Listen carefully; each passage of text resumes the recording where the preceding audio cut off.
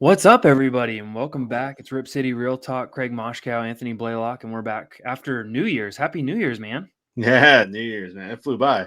I was down in Arizona for Christmas and New Year's and then came back up here and it's like, whoa, 2 holidays are gone. I missed all the snow. So I was a little disappointed about that, but it was good to go down and see some family and hang out with everybody down there. So yeah, it's good to see you. Well, I'm glad you're back, and I'm glad we're going to hit 2 games this week, so not a lot, but we do have a ton of stuff to cover at the end and a ton of fan questions, so hang around. We're going to do a normal weekly recap, and then we have some really good stuff at the end for you. Yeah. Yep, we're recording just before the Bucks game tonight. So we're recording on a Monday, which is a little different than what we normally do. We typically try to go through Sunday, but honestly, I got back from vacation yesterday and didn't feel like recording. So we're on tonight. We're going to do this, catch the Hawks game. Hope for some good results there. Unlikely, but hope. But yeah, we'll get to the future after we cover the past. And this week, I believe we start with the Jazz. Let's do it. Interesting game. Did you get to watch it? I saw bits and pieces of it and then had to catch some highlights of it. So I didn't get to see the full effect of it, but I got to see some of it. Yeah, I mean, look, Norm and Dame were good offensively in this game and doing exactly what you would hope out of 42 and 37 minutes played respectively. Nance almost had a triple-double in this game, which was kind of interesting. I've seen him get triple-doubles in the past, but it's not like very common for him. And I think we just miss Nurk in a lot of these games. I mean, we're giving up size on all these teams, but it would be nice to have a traditional center. Larry Nance is a little small for a center. Yeah, he is a little small. And it's funny, one of the bullet points of this game was the points in the paint were maybe one of the worst I've seen in a long time. We gave up 74 points in the paint.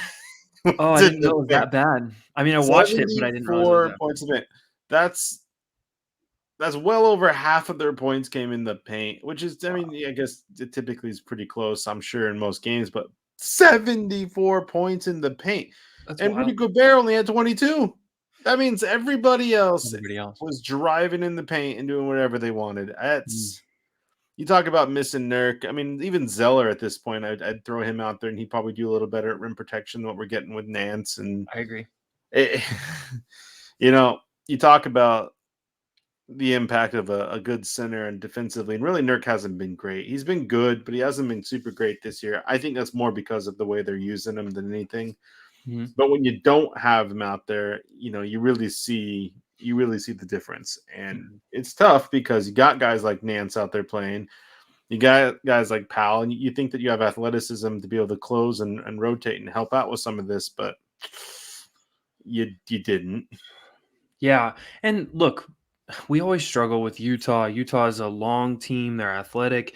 I think that they've done a really good job of pairing Whiteside as a backup to Rudy Gobert because they're so similar in what they do and how they play drop coverage. And then Bogdanovich gives us trouble. Rudy Gay is a problem. I thought Joe Ingles, obviously missing Donovan Mitchell for them. This is a win that I would have liked to have seen the Blazers play harder. I just think this team lacked a lot of fire and heart in some of these games. A lot of these games aren't even close by halftime or the third quarter. They're just over, and we never even look like we belong on an NBA court. And you can say injuries and all that stuff, but it's just been frustrating to see the level of effort that they've been giving the last 2 weeks. It has. And tough. The Jazz game, this game was one of those games where you look at it, they didn't have Donovan Mitchell, so maybe you keep it competitive and close. And 15 points, all things considering, it probably could have been a lot worse.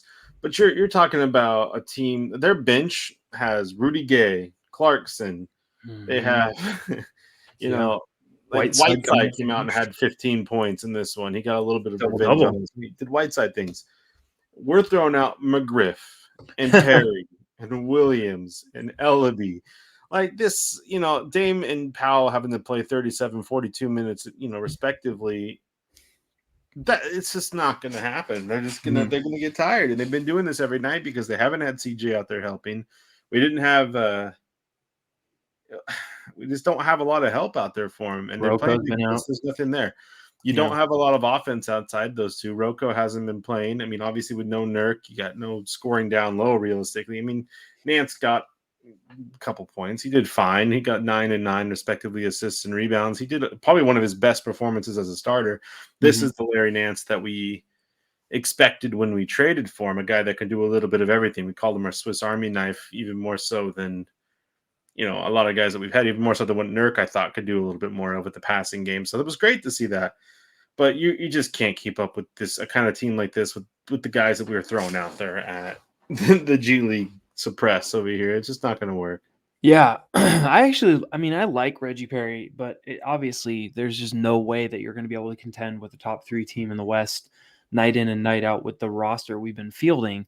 I just would like to see more heart. I mean, no Ben McLemore at times has been tough because he's been a spark plug, and we'll talk about him in the Lakers game a little bit. But I'm just ready for CJ to come back, and it's sad that we have to. Weird.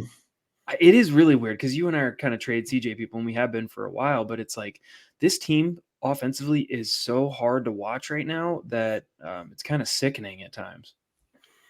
Yeah, I I didn't think we would get worse by any means.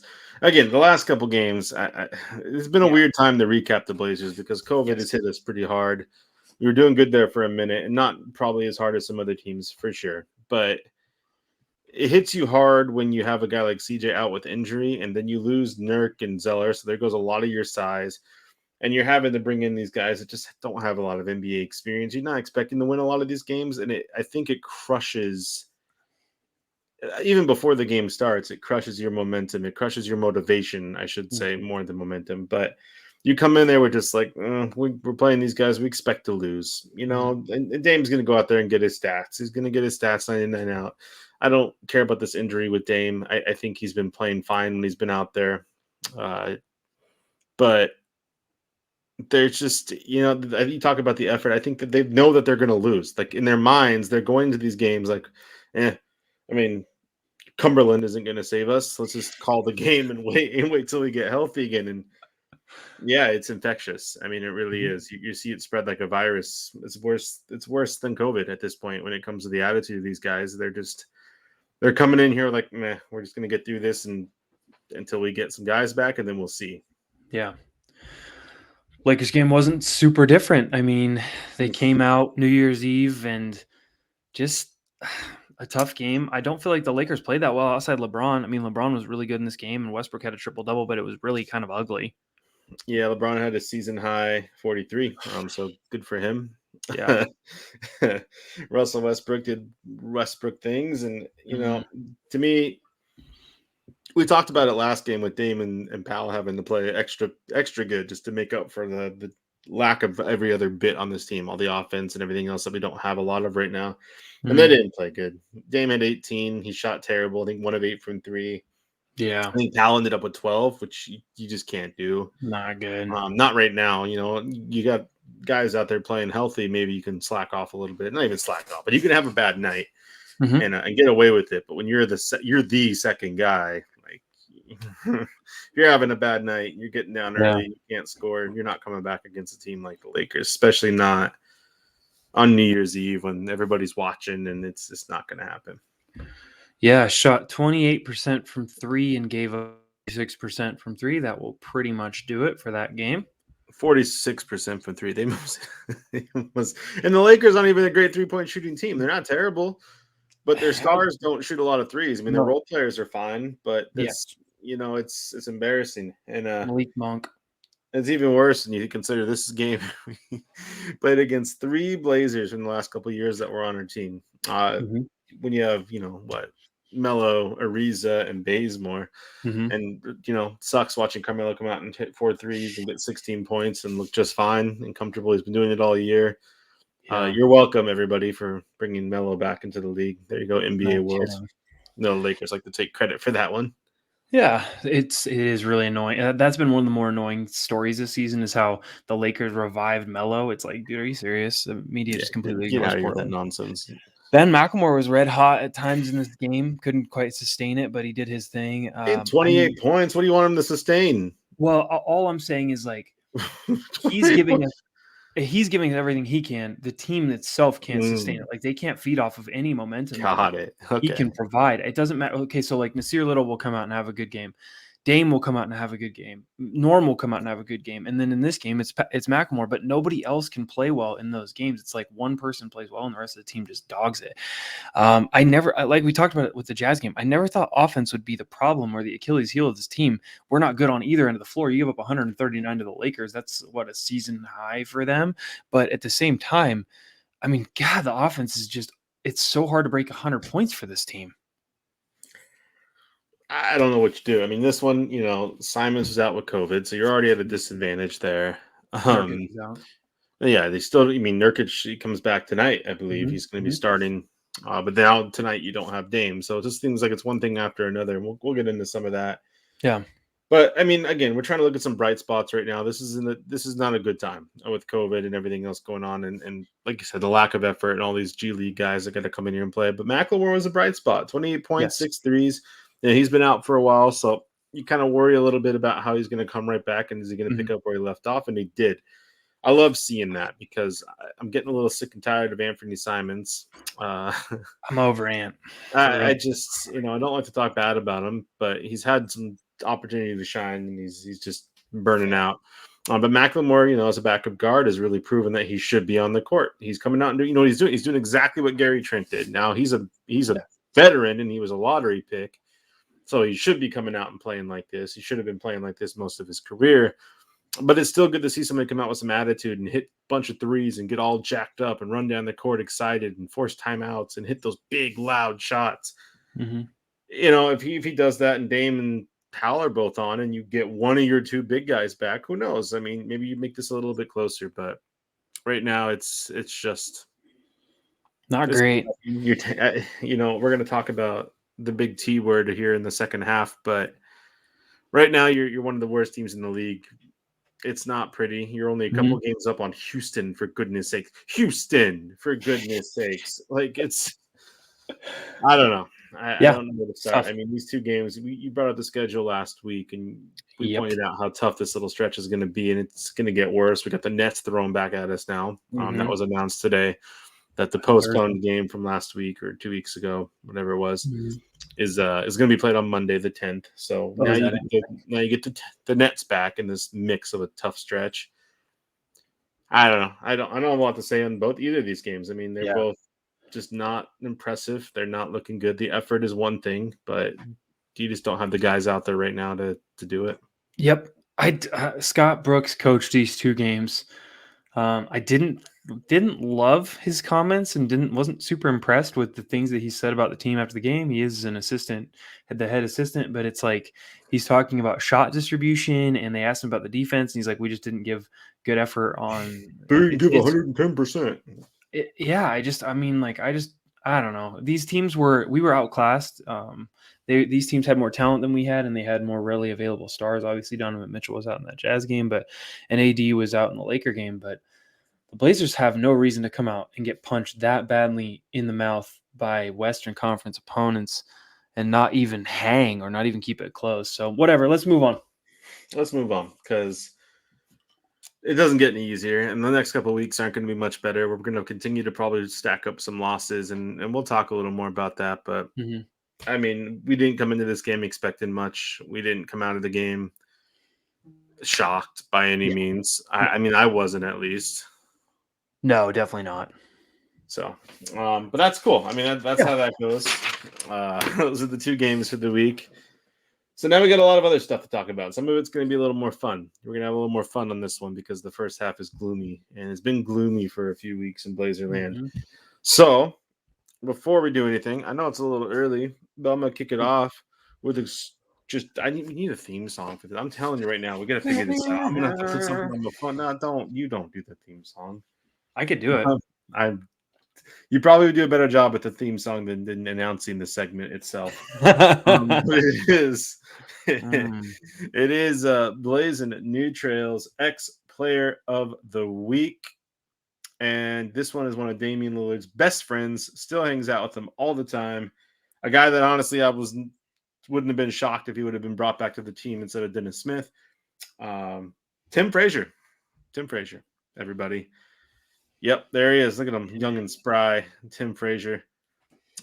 So he played with us for a couple of years there. Then he went and because of his time in Portland, he got a pretty good run in New Orleans, and then he kind of fizzled out. He's been around a little bit, he's played for some different teams, but last week, he got to join the Maverick, or not the Mavericks, the Magic. Why did I say the Mavericks? The Magic, and he is starting for the Orlando Magic, and he's put up okay games, double digits in each one. Sweet. Yeah, when I was looking up to see how he was doing these days after I saw him on the fantasy ledgers, I was like, oh, he's been playing pretty good. So there you go. Not a lot this week, but it just kind of shows you the state of the league right now, where guys like Tim Frazier, and no offense to Tim Frazier, he was a fine backup guard for a couple of years there, Mhm. but he's out here starting in an NBA game. I mean, that's where we are. That's, you would never expect to see Tim Frazier probably in the league anymore, let alone starting. I mean, maybe a backup role somewhere, but here he is starting for the Wow. Magic and Yeah. getting enough minutes to put up 13, 14 points a game. So good for him. Jeez. Yeah. I love Tim Frazier. I really do. Yeah, it was fun. I mean, when you have the respect of Damian Lillard and he comes out and sticks up for you all the time, you got something going for you. Right? Just a good dude. All right. Well, what do you want to move into next? I got lots of things. Well, let's start with some just basic weekly updates for everybody. We Okay. recap the games. Let's talk about some other bits of news and get your thoughts on it. Obviously, he's got Brooks COVID. He's got the COVIDs. So he comes in from coaching the 2 games that Billups is out to being out himself. Yeah. Billups is back. He has cleared protocol. He Mhm. is back and coaching tonight. Uh, he's not the only one. We got word that Yusuf Nurkic will be back tonight. So that's exciting stuff, I That is. guess. We're going to probably need him any Yeah. size that we can get at this point. Anthony Simons has cleared protocols. He is Nice. back. So sort of getting some guys back. We lost some of our G Leaguers. There, McGriff, I think, went into the protocol. So He he's did. out. I think Perry is potentially out. Yeah. So yeah, we lost a couple of those guys, but we got Anthony Simons back, we got Nurkic back, we got our coach back. Yay! Yeah. And we didn't just get one Billups back. Oh no, not one Billups, Two because for one on if our Billups. ragtag of a season wasn't good enough, we went out and we got another coach who had more experience than Billups, just a much worse record. So to come save our hopes is Rodney Billups was signed as Mm. an assistant coach to the Portland Trailblazers. Yeah. So now we got 2 Billups back there coaching. What do you think about that? What do you think about getting your brother a job? Yeah, I mean, I actually think he's actually pretty talented at coaching and has a extensive resume to be an assistant NBA coach. I think he's very worthy of that. I just think Blazers fans are just kind of tired of all the crap that's gone on this year. So help us win games. That's it. Just help us win games, build relationships with these players, and make sure that we have the right connections and the team has the right attitude going forward. I really hope somebody holds these people accountable and the players accountable. I think that that's something that Chauncey said he was going to do, and I think he's tried. But yeah, I was fine with it. I think he has a very good, solid resume. So as a player, when you see the coach hire his brother, Yeah. do you feel that makes you less inclined to speak up about stuff, to speak your mind? Do you feel like now that that they're family and they're going to always stick with each other? Do you feel you can go to one coach and say something or Yeah. argue with say you don't agree with something Rodney's coming up with? Do you think you had the comfortability to be able to say something knowing that Billups is his brother, or I should say Chauncey because they're both Billups? Yeah. But does that affect things? Does it affect their mentality as players when you have a situation where maybe you feel you can't trust how you approach a coach? Yeah, I think something with the Blazers this year is each assistant coach has got their players, right? Anisha Curry has 2 or 3 players that she's developing and she's building relationships with. I think that Chauncey's brother Rodney will get 2 or 3 players that he will have the same task. Hopefully not. Hopefully that there's no favoritism, there's no nepotism, there's no anything that's different than any other coaching relationship. But yeah, I mean, it could exist and it could be there. I don't think it's going to affect the Blazers win loss at all. I just hope that he can come in and help groom these players to do what Chauncey needs them to do, which is play really hard. But yeah, I don't know. And it's kind of weird to hire an assistant coach in the middle of the year and the GM thing It is still was. looming over. It's just, I don't know. There's a lot of weird vibes right now around this team. Yeah, at first I thought it was just like a 10-day, like a hardship No, coach because they yeah, needed guys to be able to be on the right. sideline at this point because you had Roy Rogers was out and then you lose Uh-huh. Brooks. So I just Brooks. assumed it was something along those lines. But no, it sounds like he's in it for the long haul. It was Yeah. interesting. I mean, I don't know enough about the guy to come out and really give my opinion on him. I didn't know enough about Billups coaching or Chauncey. I keep saying Bill, so they're both Billups. I didn't know anything about Chauncey either, so I agree. I think he has more experience than Chauncey at least. So hopefully he comes in and fits in and doesn't harm the Yeah. team in any kind of a Yeah, way. well, Scott Brooks has more experience than Than all Chauncey, of and we them. saw how he did this week. Like, look, the Chauncey's a new coach, but I think he's got the right ideas. I just don't think he has the roster to execute those ideas, and he hasn't had the health or consistency in that roster. So I don't know, man. Like, I don't want to judge Chauncey too early. I know we've done a lot of that this year, but it's like, let's just give this guy a couple years. Yeah, I won't judge Chauncey. I'll judge the team Yeah. as a whole, but that was Yes. more so the roster construction. And Yes. we talked Which we about, I talked said about. 20 games earlier in the year. I think we've hit that milestone, and I think we've hit that nail perfectly Agreed. on the head with exactly what we thought. You know, what did I say? I said in the offseason that we were going to start off better because of the chemistry that a lot of these guys had together. That was Mhm. going to hold them out for a little bit, and then you were going to see it fall apart. And Yep. well, maybe not fall apart, but you would at least be able to see kind of where And we're at then and be able to grade the Birdie. team. And obviously, you Yeah. haven't had CJ and whatnot, but still. Yeah. Fair enough. So we have a bunch of Dame news, small Dame news. Mhm. So he's out again tonight. He's not playing. The abdomen injury is back and lingering. Chauncey came out today and said he does not know when Dame will play. Hmm. Again, I mean, it sounds like it's an indefinite thing. Doesn't sound Mhm. super serious, but it does sound indefinite. And with the way the team is playing right now, Yeah. I would imagine that against some of these harder teams, they're probably just going to let him rest. I don't know. That's what it sounds like to Yeah. me. I'm sure he'd rather be out there playing, but they're not doing great. They're 3 games out from the bubble, from the 10th spot, and it doesn't look like it's getting any better anytime soon with the record, or not the record, but the schedule that we have, and we're Mhm. still missing some guys. So he's out for now. He's out indefinitely. Anthony Simons, I got word, will be getting the start tonight. Uh, Good. Another opportunity to show me that you shouldn't be traded. And we're going to get to that in a little bit. Yeah. But Anthony's starting tonight, so no Dame. And that's probably a good thing because he can spend some more time promoting the new Dame 8 Dame Time Edition shoes. Hmm. The Dame 8s are out, bud. Are they sick? I don't know.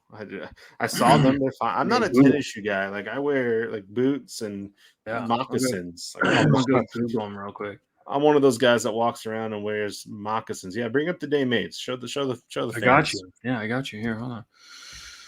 No, I They're and wow. how much? Guess how much they are for a pair of tennis shoes. I mean, I know that Adidas is charging over Woo! $100. Oh, those are Trey Young Christmas editions. I'm liking those. Yeah, Trey Young Christmas shoes, semi screaming green. The So are Dame. these the Dame 8s? Because No, I they're got the Dame 8 Dame Time. Type in like Dame Time or something. Dame time. They just came out today. Like Okay, okay, all right. I guess those are them. No, those aren't them. That This one says Dame time. maybe that's the yeah. There you go. So Boy, those are something, aren't they? he has different color variations. I've learned, but Oh that's my. them. So 172 172. bucks. Now, I mean, that What? might be that one particular store. I don't know. The ones next to them seem to be. Super similar.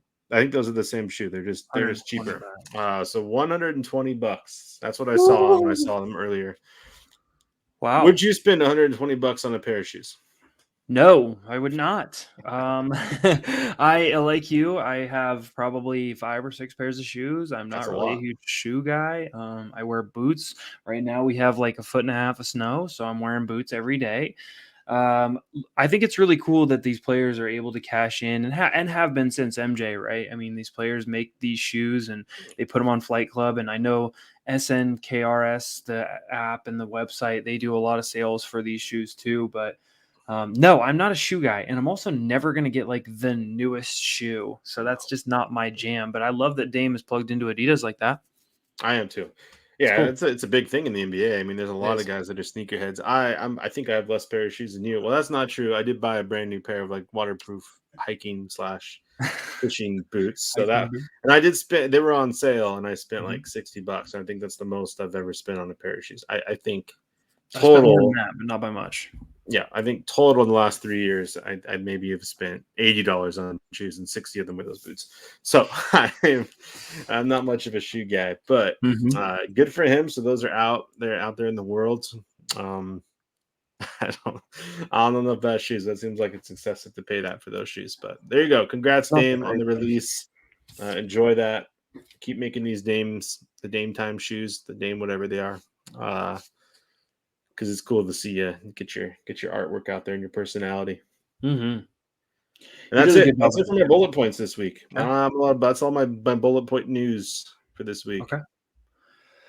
Yeah, I mean, it was a light week. We didn't have a ton of news, so I have a few questions for you in the second half of the pod. But before we get to my questions for you, let's kick into some fan questions. So you put a tweet out there today on Rip City Real Talk's Twitter, basically saying like, "Hey guys, if you have questions for us, please kick them in now." Let me pull it up real quick, and we'll kind of go through some of these questions together.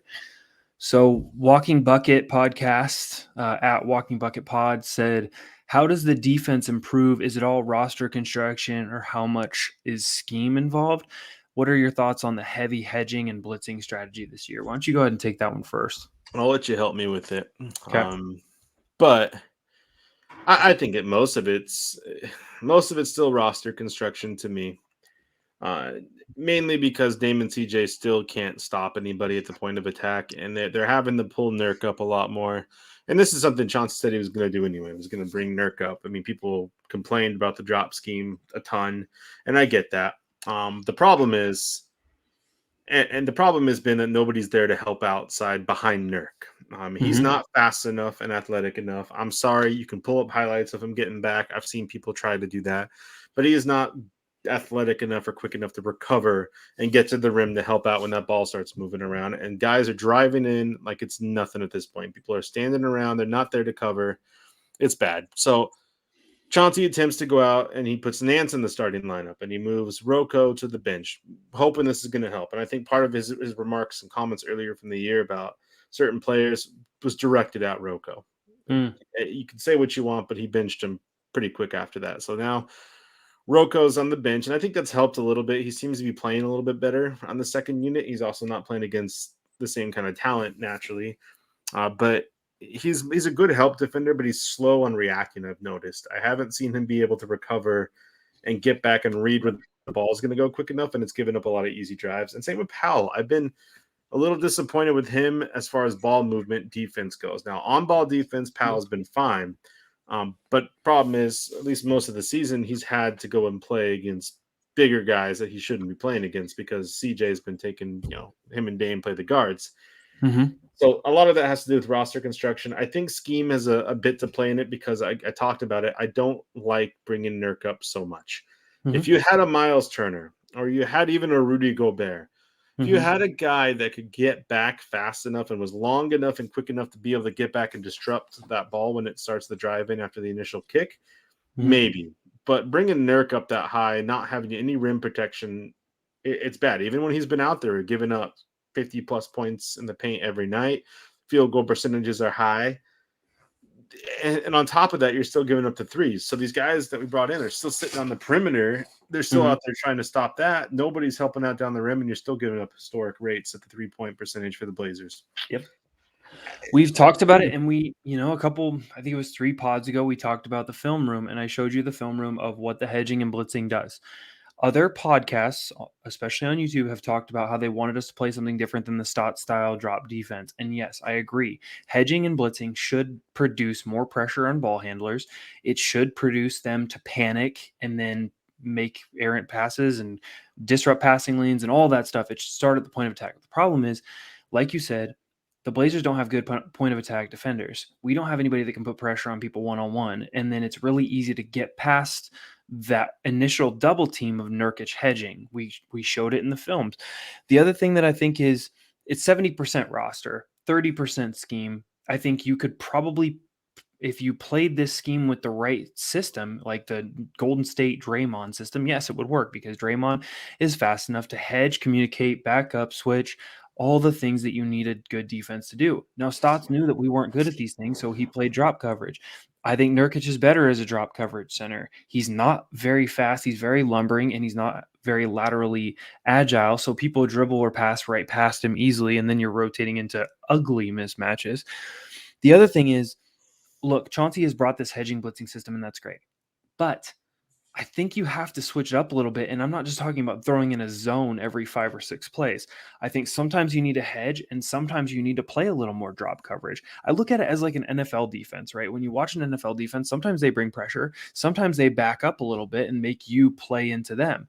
And I think that the Blazers need to be able to be more versatile and mix up their coverages. We have seen none of that be effective this year. The only thing that's been effective is sometimes with the right lineups against the right players, they can hedge and blitz effectively.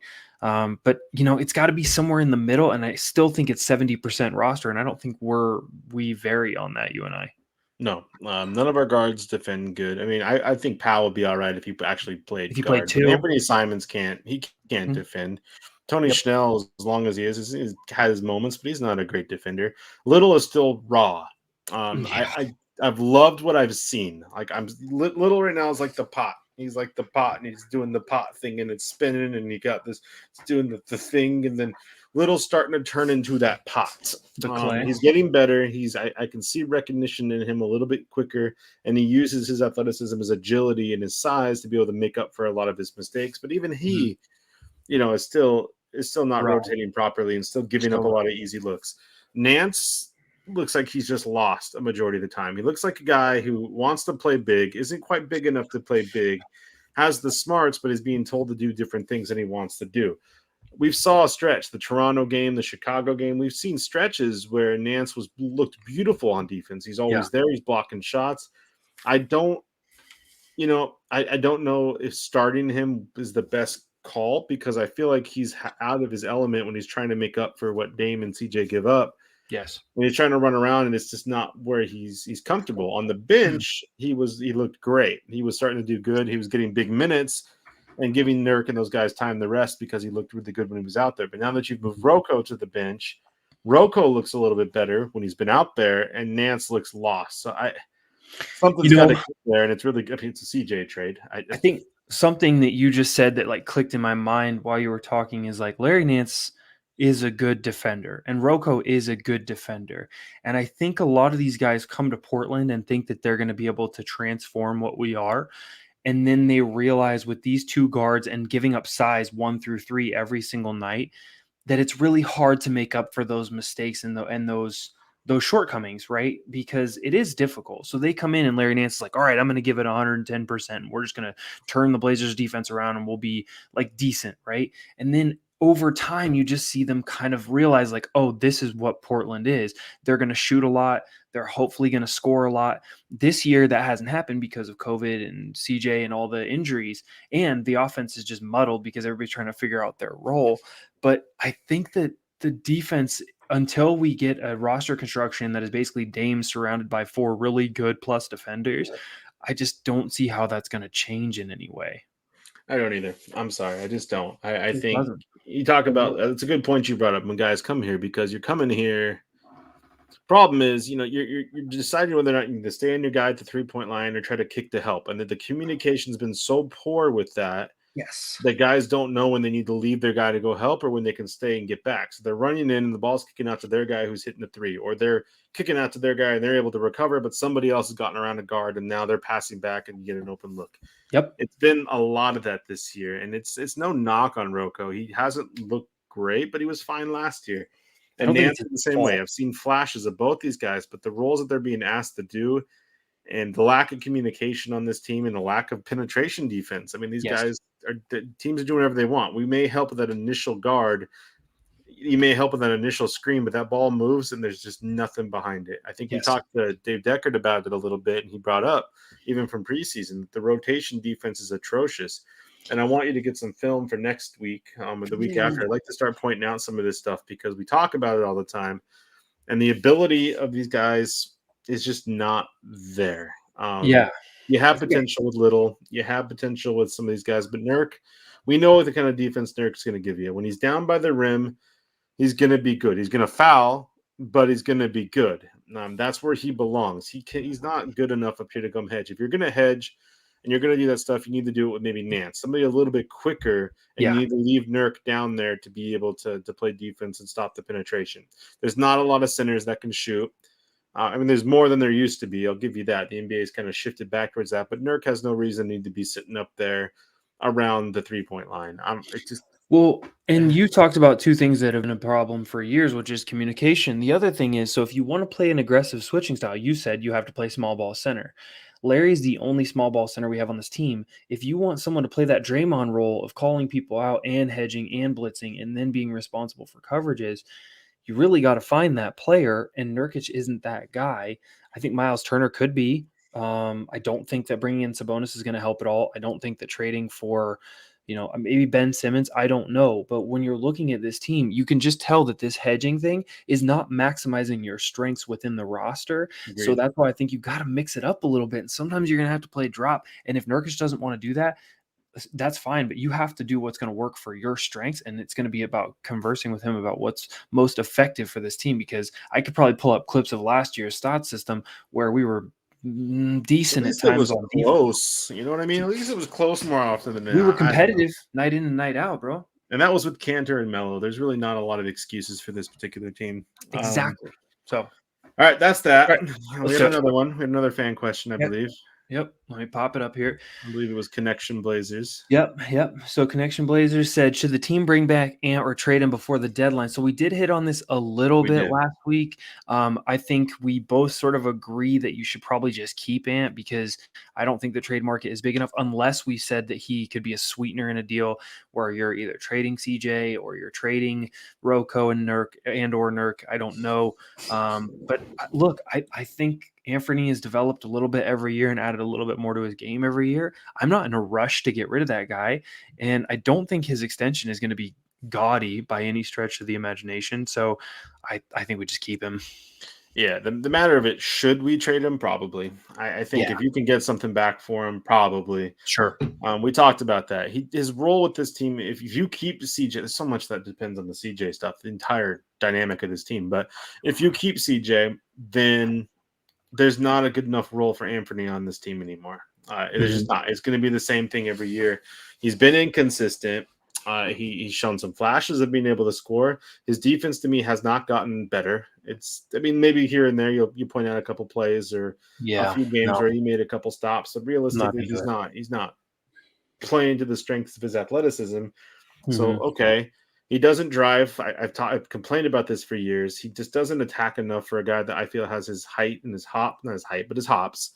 Yeah, athleticism for He's sure. not a very big dude, so I get you don't want that contact, and if you don't get a call, it's hard to finish around the rim. But I still think you attack, you try to dunk on somebody. Mhm. Um, he tends to take a lot of floaters and mid range shots, and he tries to do a lot of that stuff outside of his three. So also, I think we talked about this. This is what you mentioned. It's hard to trade him right now. Um, it Yeah, has to be a filler. You have to say, here's a young kid that maybe has some more potential still. Maybe you haven't tapped it yet. Here's Rocco with him. Please take this. Or here's Nurk with him. Here you go. This might entice you to give us something back or some good picks, whatever. yeah, So that's where you try to look into that. But this isn't a situation like Gary Trent. And I've heard people try to compare this to Gary Trent. You know, the young kid coming near the end of his contract. You drafted him. Do you move him it's now? just not the same. It's not the same. Gary Trent got the exposure before the hiatus because of Mhm. injuries, Rodney Hood and some other guys. And then in the bubble, he obviously He was came in and was on nuts. fire. He showed Mhm. the entire world on that stage. I mean, you got to remember the bubble was only a couple teams that were fighting to get in the playoffs. And then you had the play in tournament for the Blazers against the Grizzlies.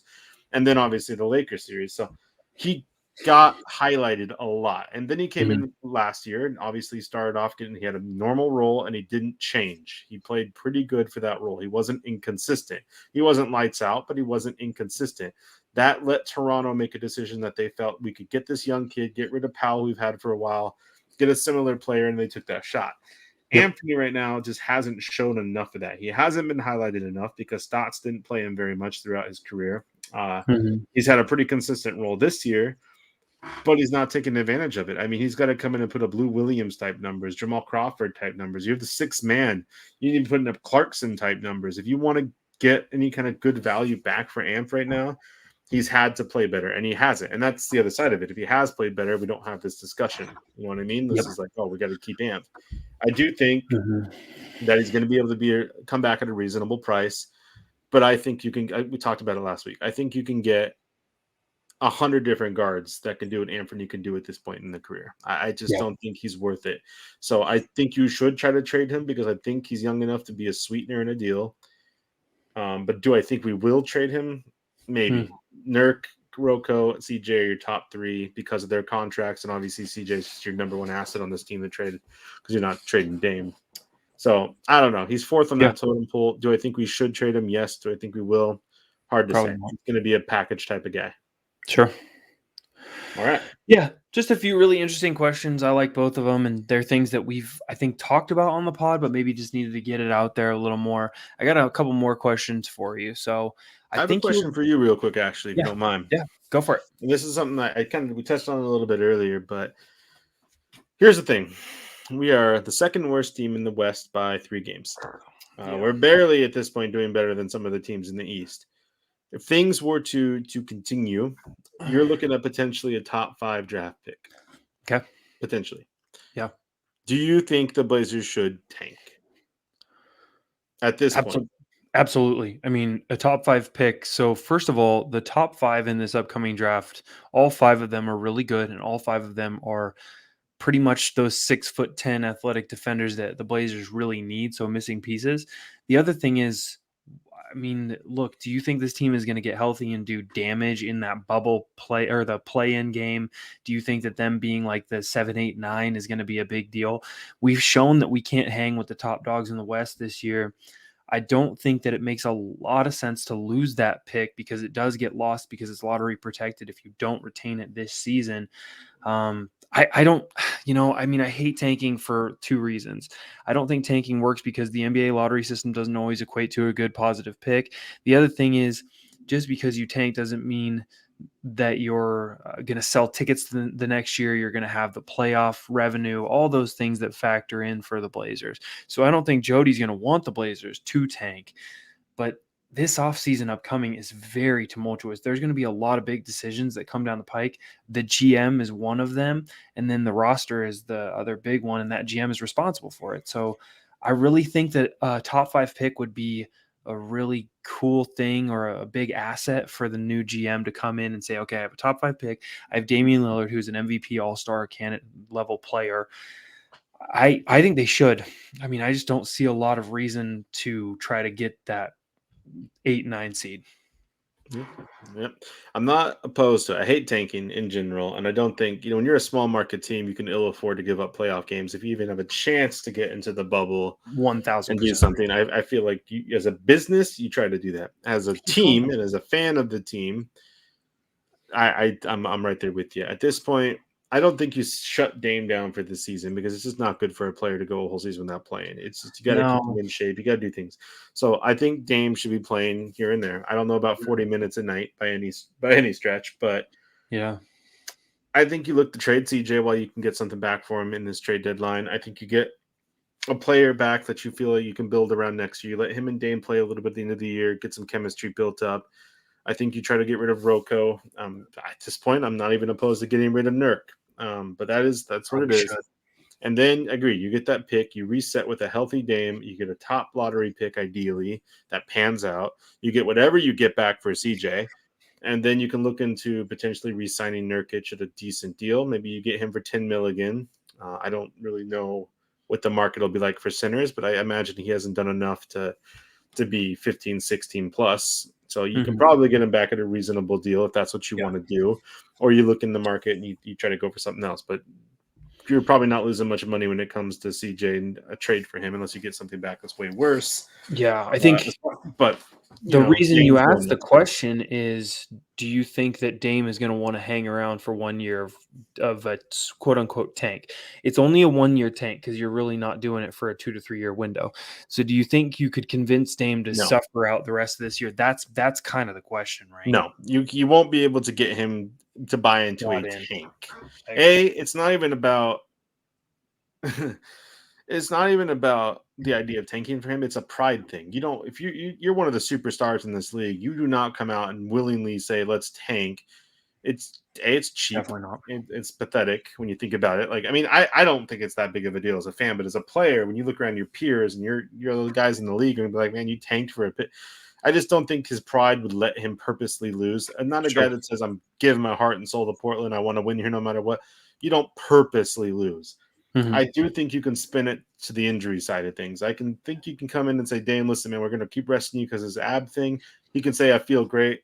They can say, I don't think so. And you can spin him to the point of like, we need to rest you as much as possible. The season's not going very well. We're still going to play you. We're still going to play hard, but we're going to start, watching you very closely and doing maintenance. And then if you trade CJ away, I mean, honestly, we've seen what happens if the team doesn't have CJ regardless. So I Sure. think you can kind of pull it off without pulling it off. It's sneaky, Yeah. and I'm sure Dame would catch on, but I think at that point, at least he can feel good about saying, "Yeah, man, the season was lost. I was injured. I wasn't myself. I had to rest a lot more." Instead of him coming out and being like, "Yeah, we tanked for a pick." You know what I mean? So I think that's the Yeah. spin you'd have to take, even if you full on bought into an actual tank.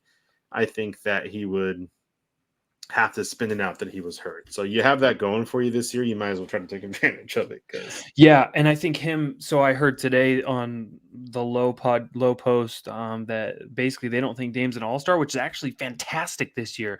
Number one, he needs to rest. He doesn't need to be going out there and playing anymore.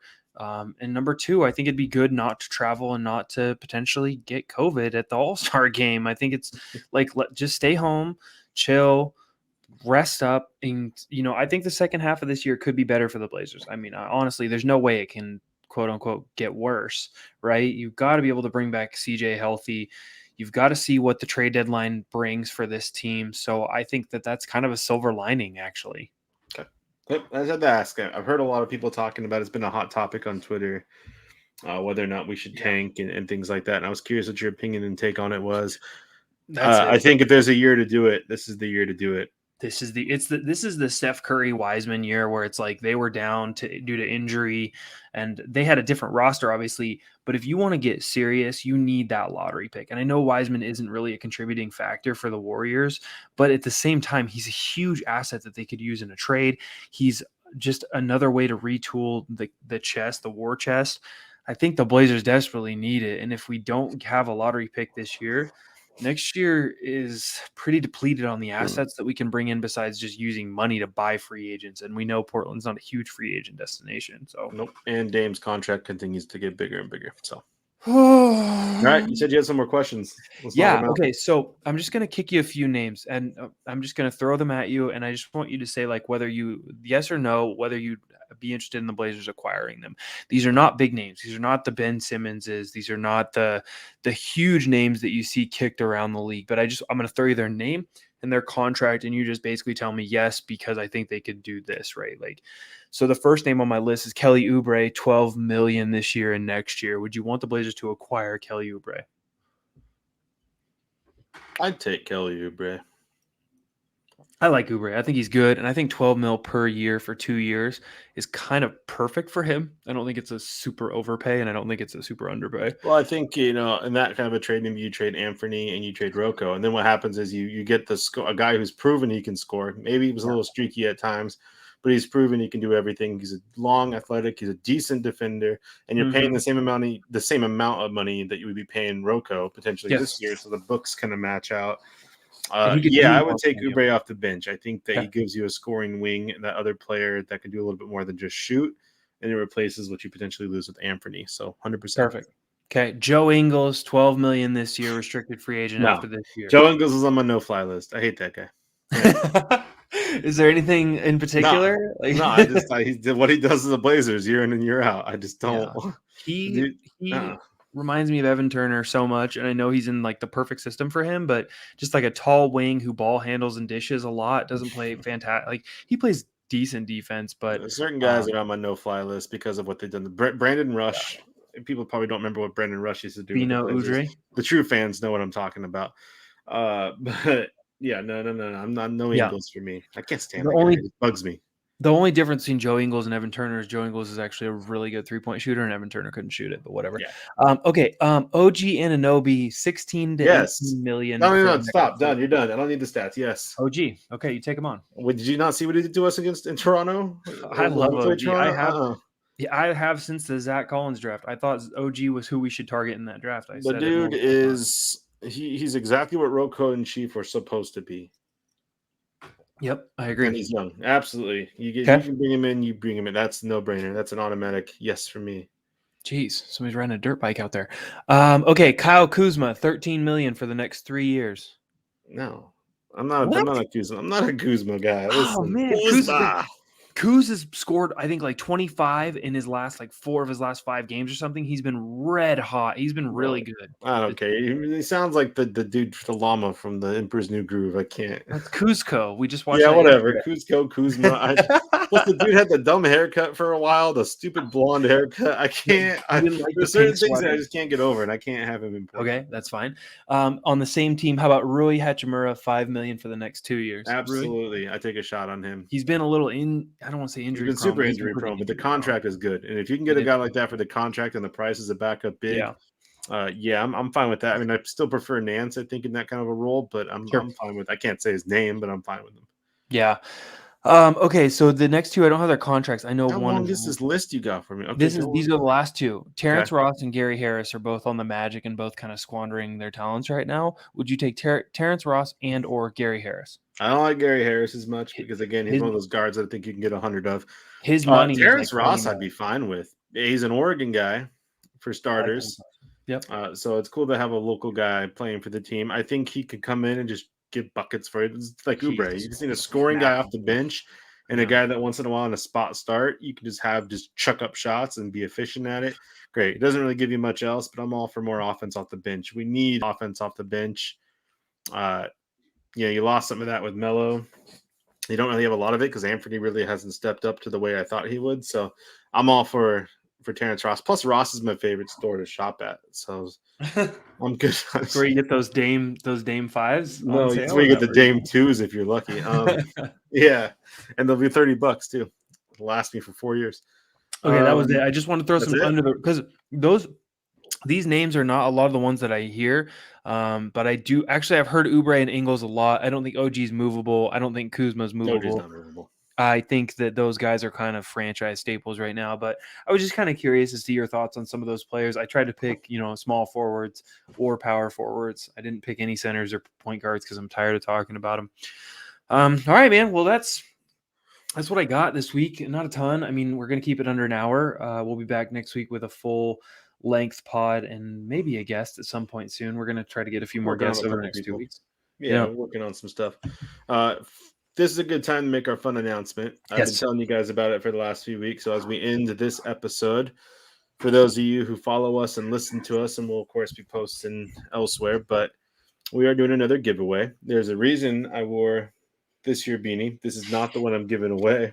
I haven't decided on the actual beanie I'm going to pick. I'm doing that pretty quick, but we are giving out a beanie. If you didn't get my super, mysterious hints that I've been giving out the last couple of weeks, we are giving away a beanie. It's cold outside. There was snow here and I missed it, and that makes me upset.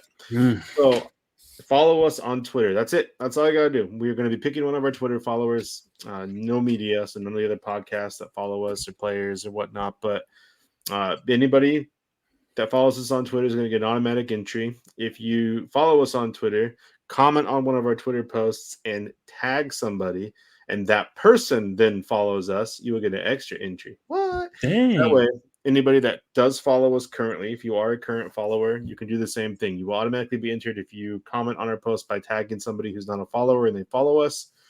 Extra entry. We'll see what this does, but I'm in the given spirit. I was down there for the holidays and it was Christmas, so we're good for it. I know that you guys got to enjoy the Blazers game, or the Celtics game, obviously the Blazers game. So yeah, beanies. This is a new gift. We can try to do this every couple months. Give something away to you guys for being loyal supporters. Hit the subscribe button below. Follow us on Talk Rip if you haven't. There's our Twitter handle. If you don't have Twitter, sorry, not your contest. Wait till next time. Go get a Twitter. Get it? Yeah, go That's sign up for smart one. Twitter for It's free. free. We can be your only follower. We'll be loyal. We Mm-hmm. won't cheat on you. So that's it. That's my big announcement. Beanie, we're going to give it away in 2 weeks. So you have 2 weeks. We'll make another reminder in our next episode and multiple tweet reminders and all that good stuff. But there you go. There you have it. Whew. Man. Well, Chauncey's back. Nurk is back. Anthony Simons is Packers are the back number tonight. one seed in the NFC, locked up. So I'm in Packers are good going to win the Super spirits. Bowl. Raiders won. They should beat the Chargers next week, make playoffs. So There you all's go. good. All's good. All right, my man. Well, I appreciate Oh, you spending some time with me. Everybody, yep. we are out. Just like that, we out. Peace.